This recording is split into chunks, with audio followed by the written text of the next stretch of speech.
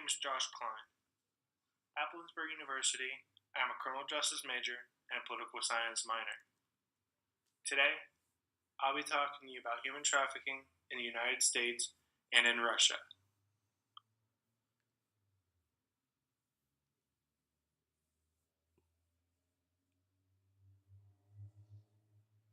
What is human trafficking?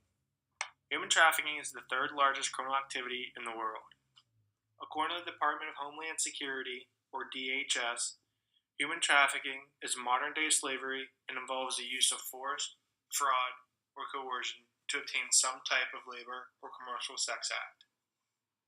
According to the Federal Bureau of Investigation, human trafficking is the inclusion of forced labor, domestic servitude, and commercial sex trafficking.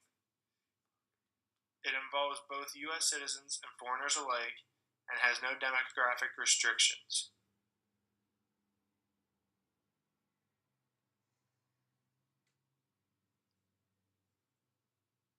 Before we begin talking about human trafficking in the United States and Russia, here are some quick statistics.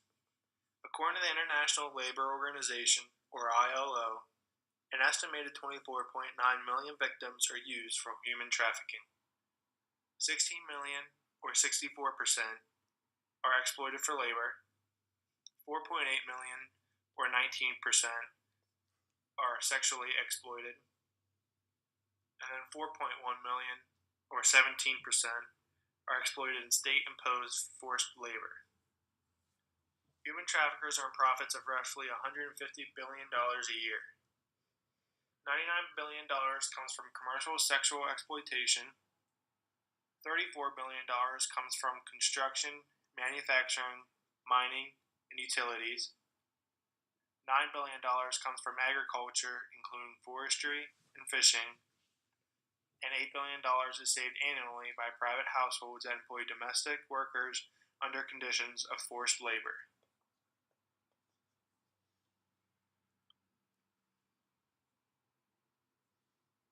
Now, we will begin talking about human trafficking in the United States. Since 2011, according to the State Department, the United States is a Tier 1 country for human trafficking. Tier 1 governments fully cooperate with the standards of the Trafficking Victims Protection Act, or TVPA, which was signed by President Bill Clinton in 2000. The act was amended in 2003 and 2006 by President George W. Bush and again in 2008 by President Barack Obama. In 2017, the National Human Trafficking Hotline received reports of 8,524 suspected human trafficking cases. California harbors 3 of the FBI's 13 highest child sex trafficking areas in the nation. These areas include Los Angeles, San Francisco, and San Diego. Now, we'll begin talking about human trafficking in Russia. Following the collapse of the Soviet Union in 1991, human trafficking was on the rise because of the economic instability, the absence of a legal system, and lack of travel restrictions. During the USSR reign, prostitution and human trafficking was normal until the late 1980s. With the increase of human trafficking in the 1990s, many countries' non-government organizations were pressuring the Duma, or the Russian parliament, to pass legislation on the issue. With that being said, in 2003, President Vladimir Putin passed a law making human trafficking a crime, but since then, there hasn't been any more laws to stop this issue. There are many facts about human trafficking. The cost of a slave globally is $90 per slave.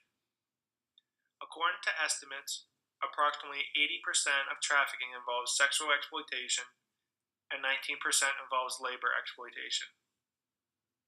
Between 14,500 and 17,500 people are trafficked into the U.S. each year.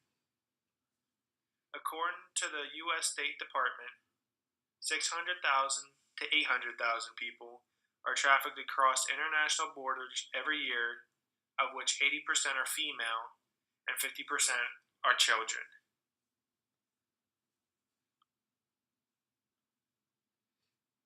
Mary, Fala, Sabine, Christopher, Natalia, Kevin, and many more had their stories on human trafficking. Mary had 4 children over 16 years of forced prostitution. Fala's grandmother sold her into prostitution. Sabine went from genocide survivor to human trafficking victim. Christopher paid $5,000 only to be sold into indentured servitude. Natalia wanted an American education but ended up as a slave. And Kevin took a job that turned him into a literal slave. Early in this presentation, I mentioned the National Human Trafficking Hotline, or about the hotline. Here's some quick information about the hotline. There are 24 hours, 7 days a week, and they speak over more than 200 languages. You can text them at this number following the presentation anytime. Also, here is the website.